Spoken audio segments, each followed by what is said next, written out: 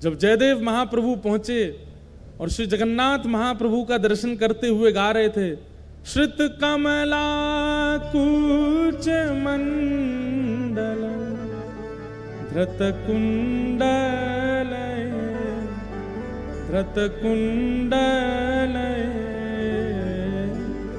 कलित ललित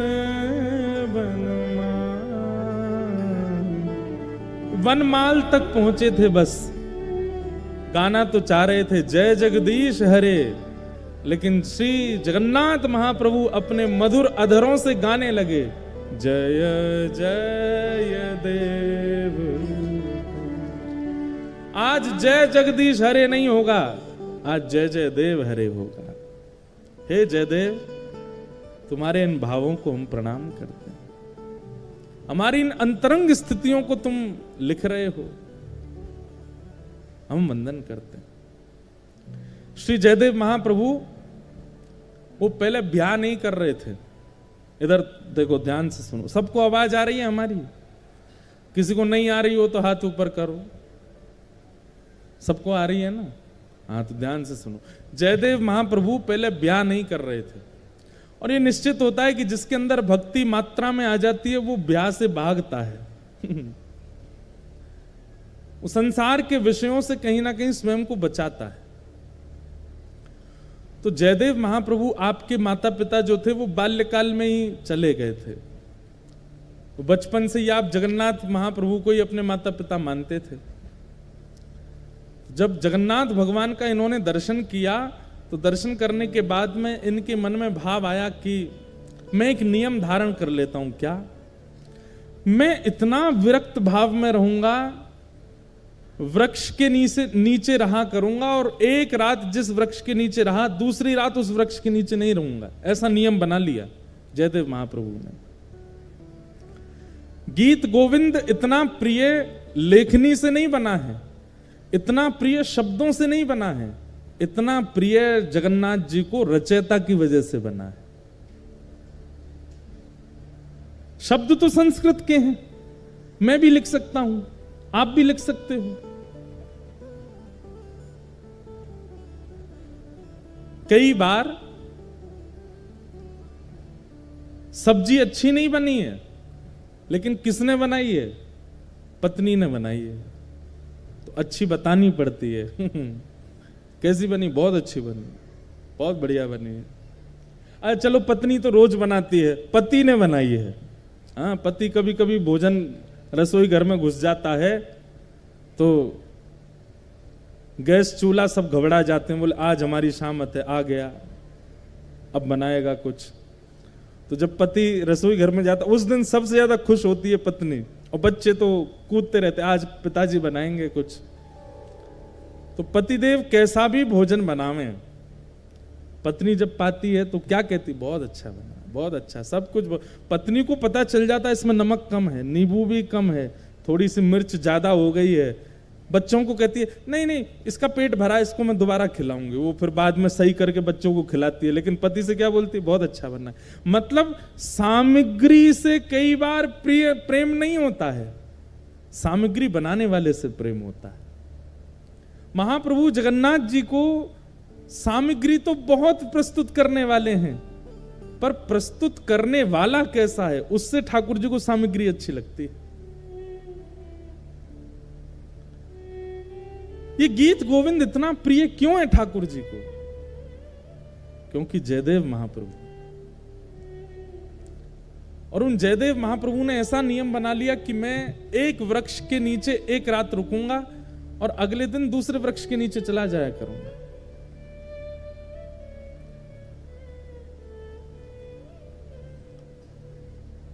महाप्रभु जगन्नाथ जी को बड़ी चिंता रहती है जयदेव जी की। उनको लगा कि बताओ, मेरा इतना प्रिय जयदेव, उसकी रचना मुझे इतनी प्रिय कि ठाकुर जी आज भी गीत गोविंद ओढ़ के सोते हैं, हृदय से लगा के सोते हैं। अरे भाई, कोई प्रेम का निर्वहन 10 साल कर ले, 20 साल कर ले, 50 साल कर ले, 60 साल कर ले। श्री जगन्नाथ महाप्रभु 1000 साल से अपने प्रेम का निर्वहन कर रहे हैं। एक भी रात पिछले 1000 सालों में ऐसी नहीं गई है जिसमें महाप्रभु जगन्नाथ जी गीत गोविंद को लपेट करके ना सोए हों। हर रात गीत गोविंद को अपने हृदय से लगा के सोते हैं।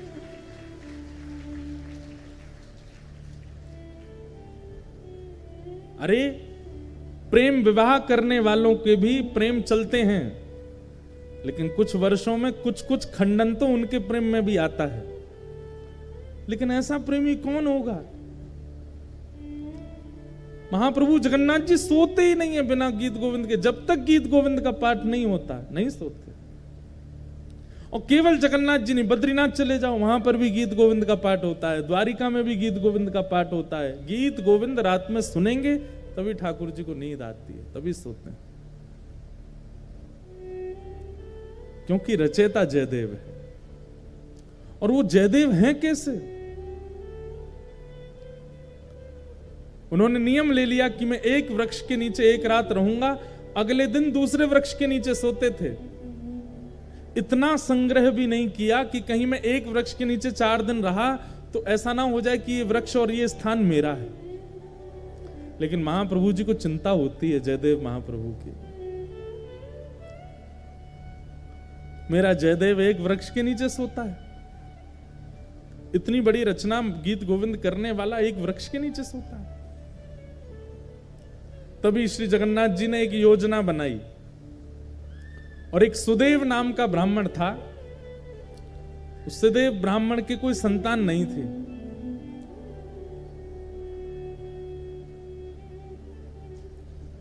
सब लोग बहुत ध्यान से सुनो, बहुत अच्छी कथा है। ठाकुर जी पहले ही योजना बना लेते हैं। तो सुदेव ब्राह्मण के पहले कोई संतान नहीं थी। तो सुदेव ब्राह्मण ने जगन्नाथ महाप्रभु से कहा कि भगवान एक संतान का सुख मुझे दीजिए, मैं वचन देता हूं उसकी बाल्यावस्था पूरी हो जाने के बाद जैसे ही वो बालक कुमार अवस्था का होगा मैं आपके चरणों में निवेदित कर दूंगा, वो बालक आपका हो जाएगा। फिर ये मेरा वचन है आपको। तो जैसे ही भगवान ने देखा कि भाई ये जयदेव महाप्रभु एक ही वृक्ष के नीचे रहते हैं, तभी ठाकुर जी ने विचार किया कि हम कैसे इनके इस वृक्ष के नीचे रहने वाले सिस्टम को दूर करवाएं। तभी ठाकुर जी को याद आया कि एक सुदेव ब्राह्मण था, उसने इतने वर्ष पहले हमसे कहा था कि एक संतान हो जाए तो वो हमें अर्पित करेगा। और ठाकुर जी की कृपा से उस सुदेव ब्राह्मण के यहाँ एक पुत्री ने जन्म लिया। महाप्रभु जी ने विचार किया कि उसकी पुत्री अब विवाह के योग्य हो गई है। महाप्रभु जी ने उसको स्वप्न दिया सुदेव ब्राह्मण को, और स्वप्न में जाकर के उसको याद दिलाया कि तुमने हमसे कहा था एक संतान होगी तो तुम हमको अर्पित करोगे, तुम्हारी बेटी हुई, अब भूल गए अपना वचन।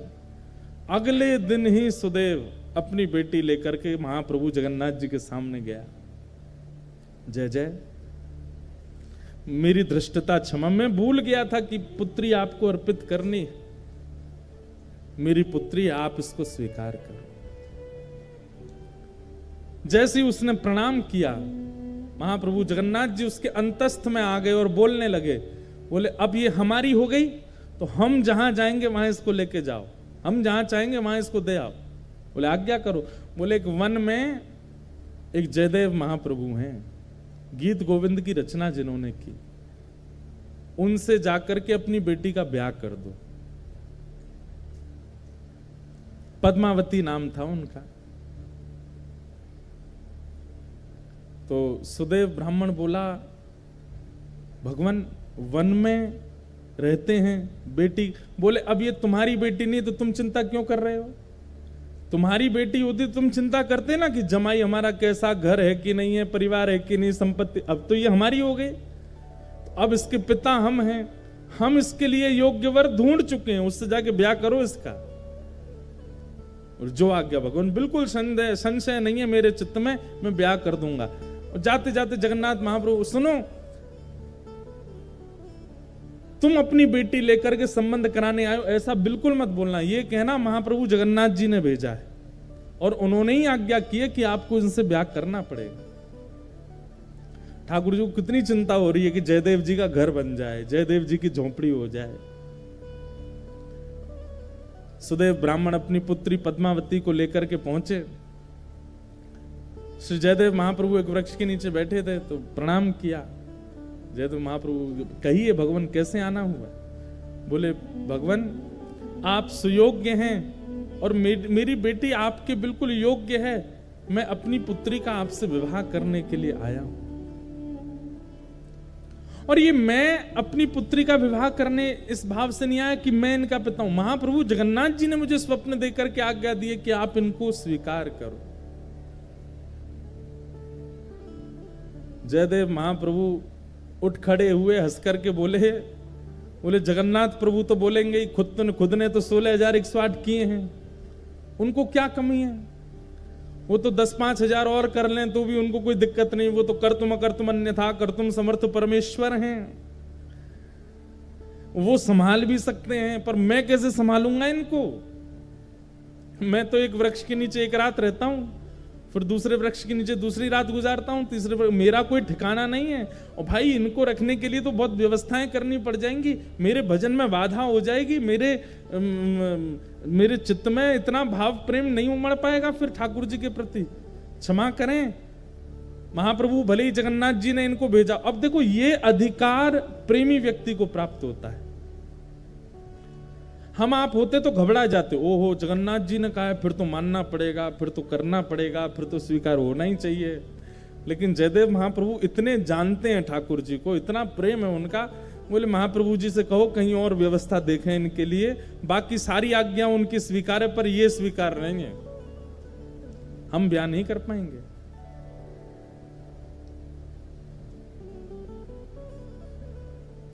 और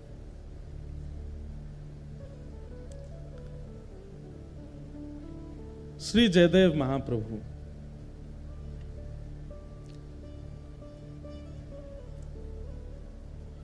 मना कर देते हैं, नहीं करेंगे। अरे आप कैसे व्यक्ति हैं, महाप्रभु जी की आज्ञा नहीं मान रहे हो, जगन्नाथ जी की आज्ञा नहीं मान रहे हो? बोले हमें स्वीकार है, हम बिना आज्ञा के ही रह लेंगे, लेकिन ये नहीं करेंगे। एक बार को तो सुदेव ब्राह्मण को क्रोध आ गया, बोले भगवान की आज्ञा ना मानने वाले को हम कैसे दे सकते हैं, चल बेटी। अपनी पुत्री को उठाने लगे तो पुत्री बैठ गई, बोले नहीं महाप्रभु जी ने आज्ञा की है कि तुम इनकी हो, मैं तो इनको सर्वस्व दे चुकी हूं, मैं तो इनको अपना मान चुकी हूं, ये भले ही मुझे स्वीकार ना करें। पिताजी अब आपका कर्तव्य नहीं है, मेरे परम पिता जगन्नाथ जी ने मुझे इनको सौंपा है, अब मैं इन्हीं की हूं, चाहे मुझे स्वीकार करें चाहे नहीं करें।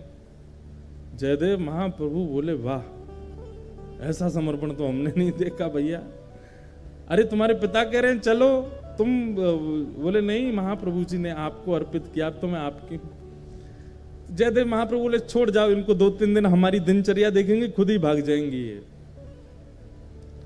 लेकिन पद्मावती का ऐसा त्याग, जयदेव महाप्रभु अगर उस वृक्ष के नीचे बैठे हैं तो उनके सन्मुख वाले वृक्ष पर बैठ जाती और उनको अपलक नेत्रों से देखती। जैसी दिनचर्या, अब भाई वन में रहते हैं, वन में सांप भी है, बिच्छू भी है, कातर भी है, ना जाने कितने सारे जीव आ जाते हैं, लेकिन सब स्थितियों में बिल्कुल अनुकूल रह करके अपने श्री जयदेव जी को देखती रहती।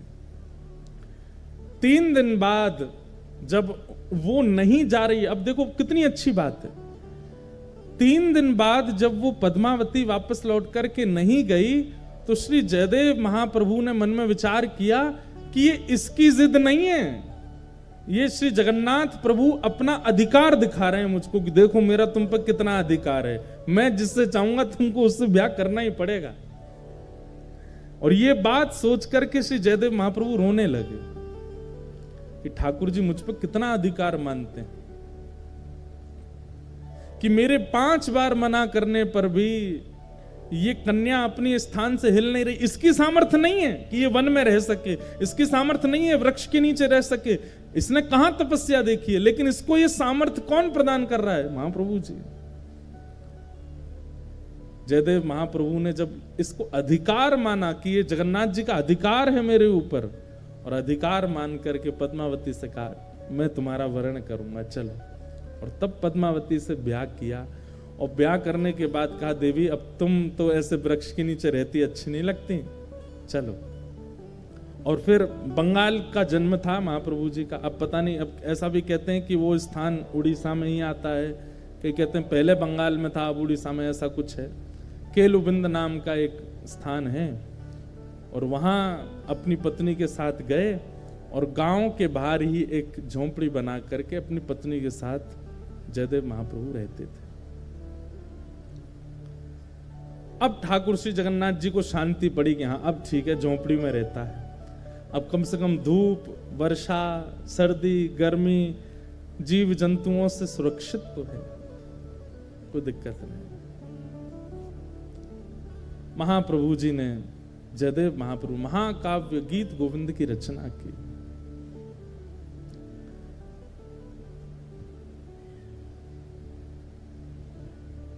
और ऐसा कहीं कहीं वर्णन आता है कि जयदेव महाप्रभु बोलते थे और उनकी पत्नी जो पद्मावती थी वो लिखती थी, वो उनसे लिखवाने का क्रिया करते थे। ठाकुर जी के अंतरंग लीलाओं को वर्णन करते और पत्नी से कहते तुम लिखो। दोनों दंपति मिलकर के महाप्रभु जगन्नाथ जी के यश का गान कर रहे हैं, ठाकुर जी की लीला का स्मरण कर रहे हैं। एक बार एक अष्टपदी का सुंदर भाव आया चित्त में, और उस अष्टपदी में रास बिहार का वर्णन कर रहे थे श्री जयदेव महाप्रभु। तो रास बिहार का वर्णन करते करते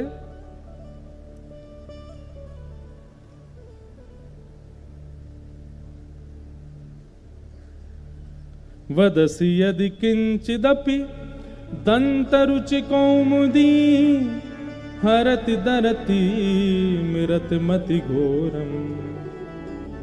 ये अष्टपदी का प्रारंभिक इससे प्रारंभ होता है। सुंदर रास बिहार का वर्णन कर रहे थे, और रास बिहार का वर्णन करते करते उनके मन में एक सुंदर भाव आया। क्या? भण मृषण वाणी करवाणी चरणद्वयम सरसल सलद तत्कसुरागम स्मर गरल खंडनम मम शिरसि मंडनम देहि पद पल्लव मुदारम।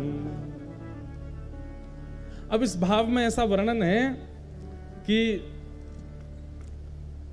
ठाकुर जी किशोरी जी के साथ रास बिहार कर रहे हैं, और रास बिहार करते करते ठाकुर जी आते हैं और थकी हारी किशोरी जी बैठी हैं, और किशोरी जी को थके हारा जान करके ठाकुर जी मन में सोचते हैं कि आज मैं अपने मन की इच्छा पूरी कर लूं। क्या है मन की इच्छा?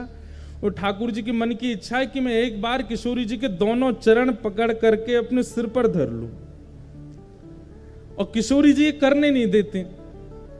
ठाकुर जी किसी ना किसी कौतुक से प्रणाम कर लेते हैं, सिर कभी कभी माथे नीचे धर लेते हैं किशोरी जी के चरणों में, लेकिन ठाकुर जी का क्या मन है कि जो पैर का तलवा है, ऐसे किशोरी जी के दोनों पैर ये बैठी हों और इनके दोनों पैर पकड़ के ऐसे अपने सिर पर धर लूं। अब देखो कितनी गंभीर बात है, ध्यान से सुनना।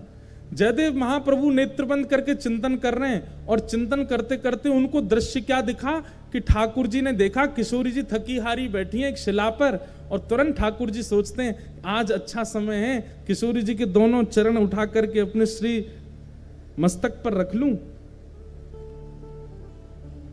जयदेव महाप्रभु कहते कहते रुक गए। और रुक क्यों गए? बोले कहीं ऐसा तो नहीं कि ठाकुर जी और किशोरी जी के इस भाव को मैं जो देख रहा हूं मेरी पत्नी किसी अन्य भाव में ले जाए। कहीं ऐसा नहीं हो कि इसके चित्त में यह भाव आ जाए कि ये परमात्मा है, ये साक्षात जगत नियंता जगदाधार त्रिलोकी स्वामी हैं, जो इतने आसक्त हो गए हैं किशोरी जी के प्रति कि उनके दोनों चरण उठा करके अपने सिर पर रख रहे हैं। कहीं इसके चित्त में कोई अन्य भावना तो नहीं आ जाएगी?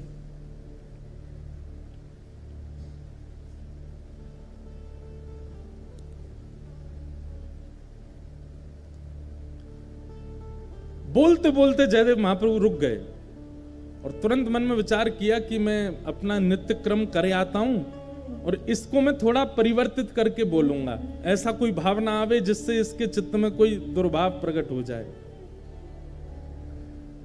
तो जयदेव महाप्रभु बोले, देवी अभी ना मुझे आगे याद नहीं आ रहा है, तुम एक काम करो, इसको आगे मैं पूरा करूंगा, यहीं रख दो। और कलम और गीत गोविंद की पुस्तिका वहीं रख करके जयदेव महाप्रभु बोले तुम भोजन प्रसाद तैयार करो, मैं गंगा स्नान करके आता हूँ और स्नान करके आके फिर प्रसाद पाके फिर लिखूंगा।